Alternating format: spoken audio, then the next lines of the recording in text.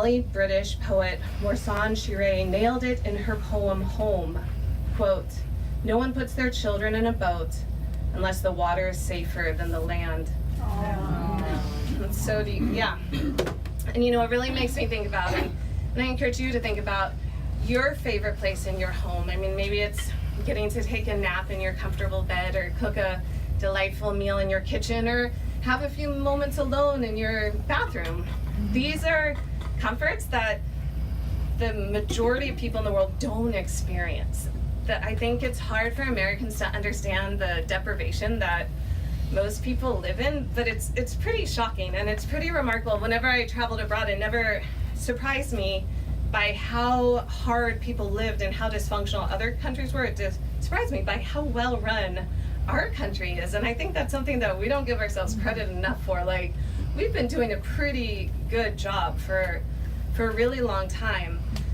But going back to, you know, one person making their difference, you don't have to join the diplomatic corps, you don't have to run off to a Bangladeshi refugee camp, but you do have to care. That's really where it starts from. And so I have tips for starting today to be a global citizen, and the first one is reading my book, because it sounds self-serving, but it's actually true, because it's a good overview of the systems, like the nation state and how governments interact, and the global economy and development. So it's an overview of the systems and the issues like health or education or food security, trafficking in persons, civil society, all these things you hear about, humanitarian assistance, gender inequality, all these things you hear about but maybe don't quite understand. And the important thing to understanding them is that helps you understand what you're passionate about.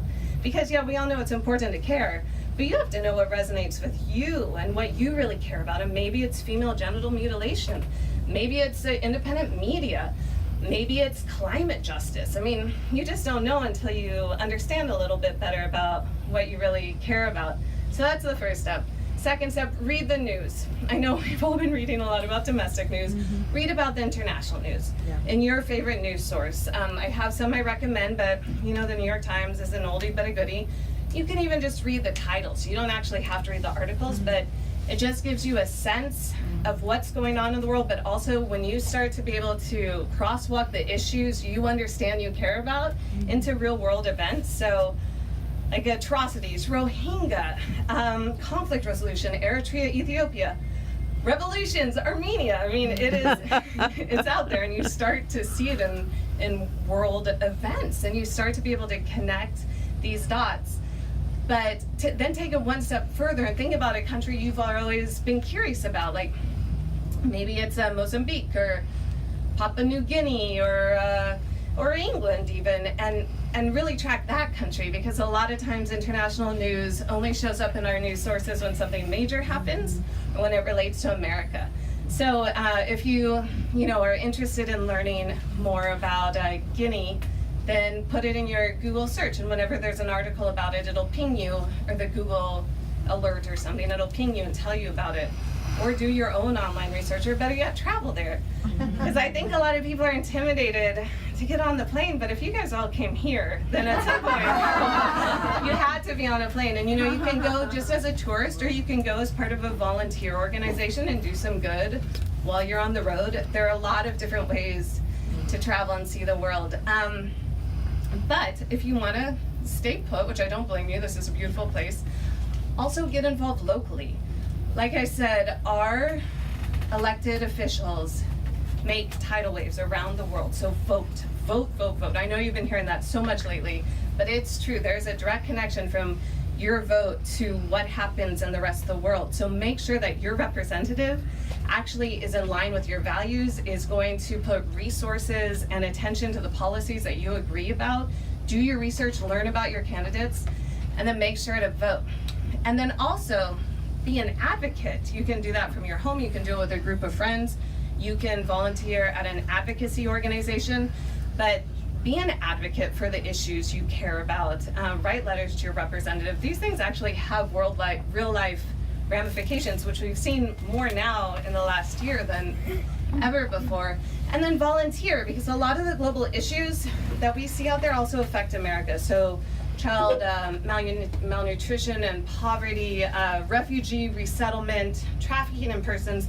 These are things that happen in your community, and you can make a difference in your community. And why, I think the reason people care is to try to make that difference in one person's life. So do that here, even if you're not going to go to Burma or Eritrea or someplace like that. The fourth thing you can do is be a responsible shopper. America has the largest consumer market in the world, and but a lot of our products are made in very poor conditions, where people labor in poor conditions and barely get paid enough money to survive. So avoid the companies that either employ sweatshop labor or slave labor, and go to the places actually do fair trade. Google fair trade companies, or shop secondhand. I mean, that's a great way to reduce your environmental imprint and to know you're not directly supporting slave labor. And then the last thing is to pick an organization. Pick any organization you've heard good things about, whether it's a humanitarian organization, human rights, advocacy, gender equality, anything like that, and track it. See the work they're doing. A lot of times the people who work for the organizations write about what they're seeing, so then you can read about it firsthand. Skip your Starbucks run, donate $5. It actually makes a difference. You might not think $5 makes a difference, but it really can. So that's all I implore you, is to know that you can make a difference. And here we are in the Big Island, but you know what? We're a butterfly affecting the whole world, and I feel like if each person can have that faith and make the difference, then the world will be a better place.